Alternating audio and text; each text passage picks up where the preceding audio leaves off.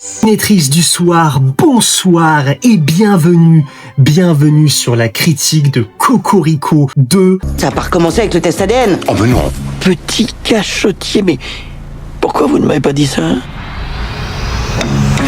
Quoi, qu'est-ce que... Oh putain.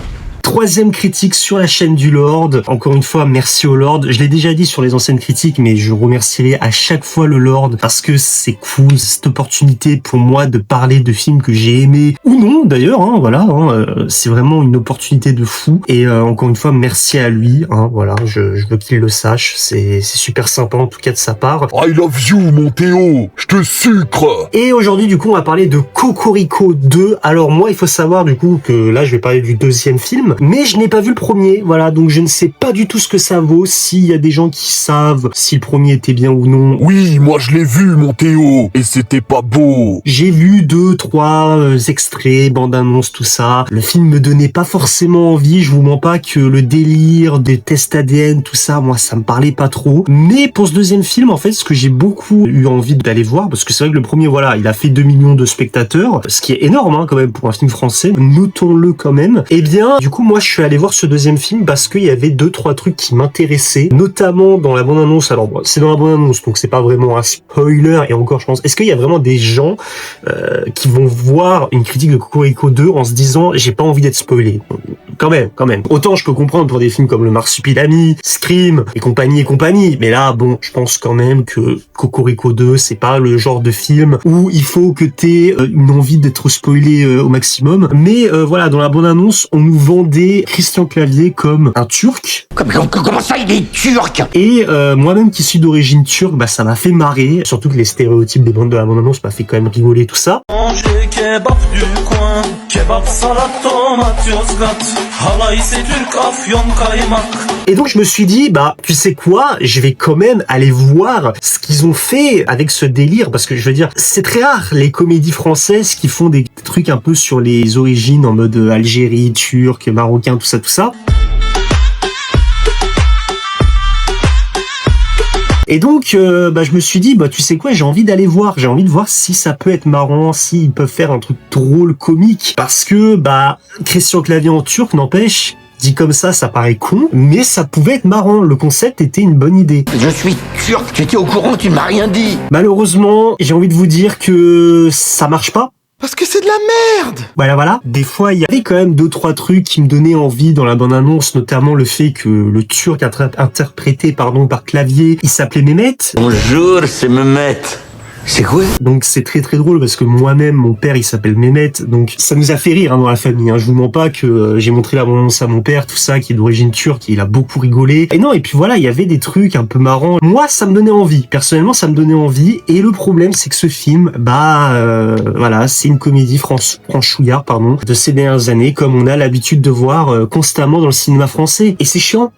Je vous mens pas que c'est chiant parce que je suis pas forcément quelqu'un qui a un problème contre ça, loin de là, mais c'est juste pas mon type d'humour. Voilà, tout simplement. Déjà que les Qu'est-ce qu'on a fait au bon Dieu et compagnie, j'ai juste vu le 1 et le 2, il y en a eu un troisième là qui est sorti, je sais plus en 2021, 2022 que j'ai pas vu, mais c'est des films en fait.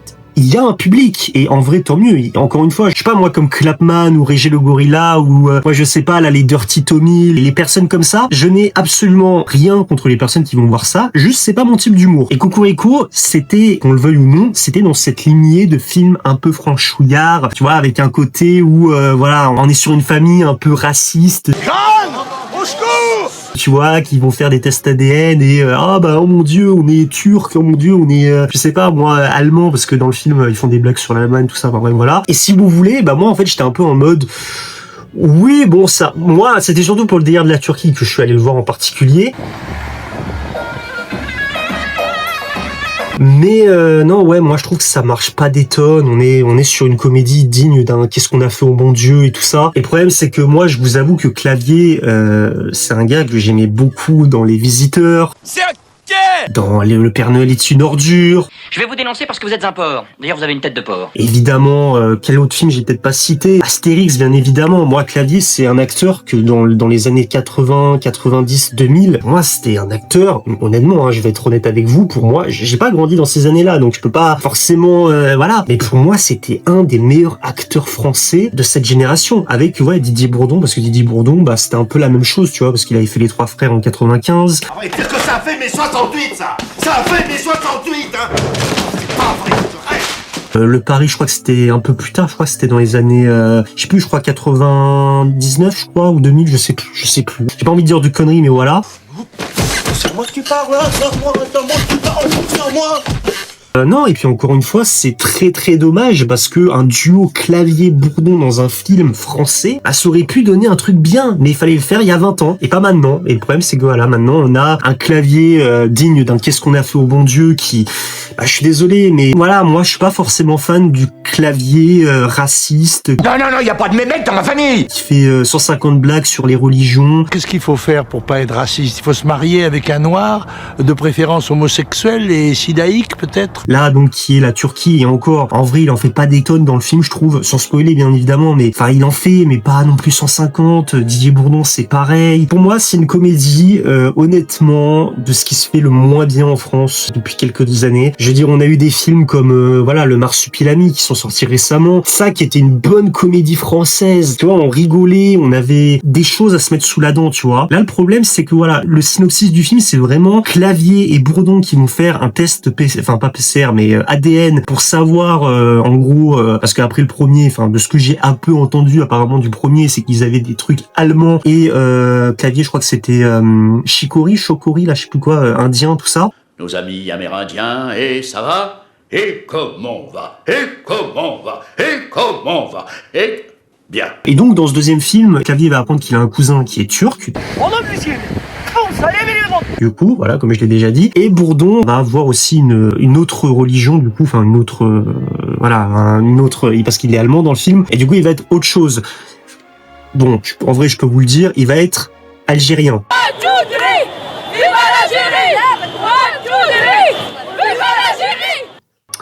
Voilà, comme il est dans la vraie vie, parce que dans la vraie vie, pour ceux qui ne le savent pas, il est algérien, Didier Bourdon. Et non, et plus sérieusement, bah encore une fois, voilà, le synopsis du film, ça va être Didier Bourdon et Clavier qui vont être là en mode oh mon Dieu, c'est horrible, on est turc, algérien, oh mon Dieu, mais notre vie elle va être horrible et tout ça.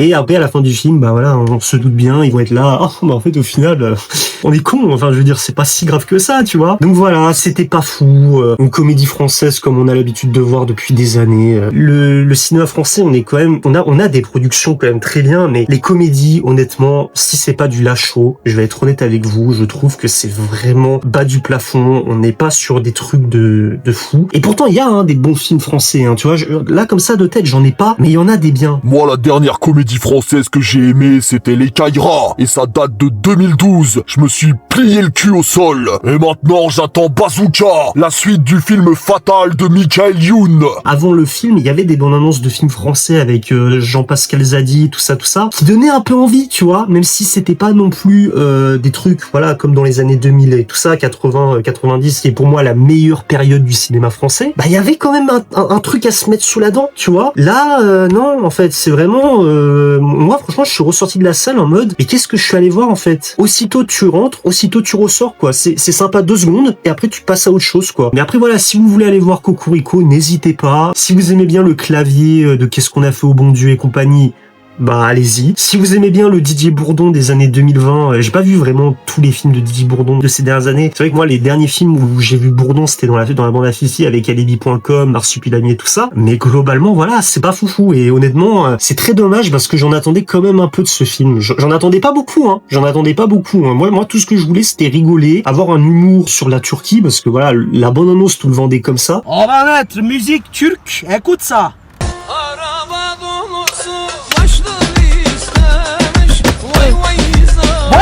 Et finalement, bah, on n'a pas grand chose à se mettre sous la dent et c'est très dommage. Et honnêtement, ouais, non, je suis quand même un peu déçu du rendu final parce que je pense qu'il y avait de quoi faire une bonne comédie. J'ai pas vu le 1, donc peut-être aussi ça joue aussi, tu vois. Je sais pas si le 1 est aussi nul que le 2, mais franchement, voilà. Du peu que j'ai vu, pour moi, le 2, c'est vraiment une catastrophe. Il y a rien à sauver, que ce soit en termes de l'acting, de l'histoire ou même des personnages. Je veux dire, vraiment, même les personnages, ils sont insignifiants dans ce film. Enfin, moi, je suis désolé, hein, j'ai pas vu le 1, encore une fois, mais je les ai trouvés insipides, quoi. Je veux dire, on s'attache pas à eux. Dans les comédies françaises, à une époque, on s'attachait aux personnages, même encore aujourd'hui, avec des films comme La Bande à Fifi, tu vois. Qu'on soit pas adepte de leur humour ou quoi, je peux comprendre, mais au moins, leurs personnages étaient quand même un peu attachants. Là, il y a même pas un peu le côté de t'es attaché à eux, en fait. Genre, vraiment, moi, à la fin du film, j'étais en mode...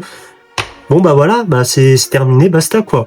Enfin voilà quoi. Sur ce, mes petits cinétrix d'amour, merci encore une fois au Lord de m'avoir permis de parler de ce film, même si voilà, comme je vous l'ai dit, il n'y avait pas grand chose à dire, encore une fois, c'est très fouillis, enfin, je sais même pas quoi dire de plus. Encore une fois, si vous voulez aller le voir, allez-y, mais franchement, je vous le déconseille, tout comme Scream d'ailleurs, vraiment, je vous l'avais déconseillé aussi. Le problème, c'est que ça va être des films qui vont cartonner. Bizarrement, moi, les films que je déconseille, ils cartonnent. Par exemple, Scream 7, là, dernièrement, j'ai vu, il a fait quand même plus de 210 millions, hein, quand même, hein, d'entrée en salle. Hein. Bande de petits filous, hein. Vous m'écoutez pas. Vous m'écoutez pas. Non, plus sérieusement, voilà, encore une fois, merci au Lord de m'avoir permis de parler de ce film. Et c'est très cool de sa part de m'avoir donné l'opportunité de parler de ce film. Même si je l'ai pas aimé, ça m'a fait plaisir. Un grand merci à toi, mon Théo. Plaisir partagé. Tu seras toujours le bienvenu sur la chaîne YouTube du Lord. La grande bise. Et sur ce, mes Cinétrix, n'oubliez pas, soutenez la pop culture et restez Cinétrix. Sur ce, peace.